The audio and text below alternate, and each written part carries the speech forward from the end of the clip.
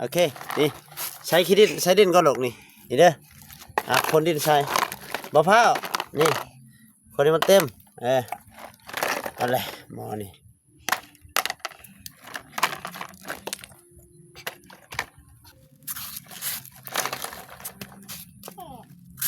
เอาไปเตะมันเห็นยังเอา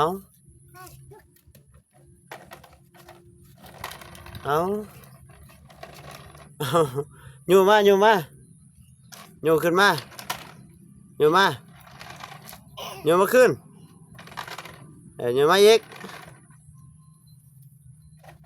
เอาความเลยอยู่มาดีๆตีละ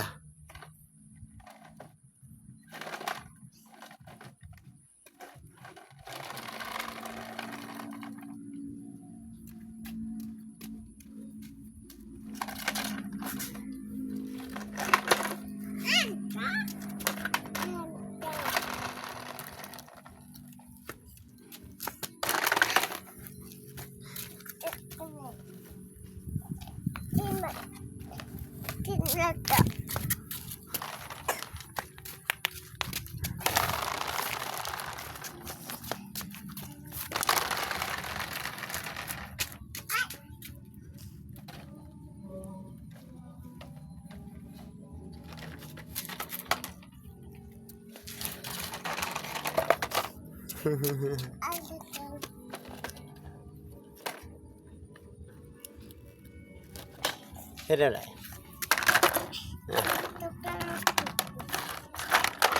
นี่เบิ่งโอ้แล้วมันก็ปีดนั่นเนาะนี่อยู่ไปนี่ตามกับรถจกตัวนี้เฮ็ดอะไรนี่ตามกับจกno โอ้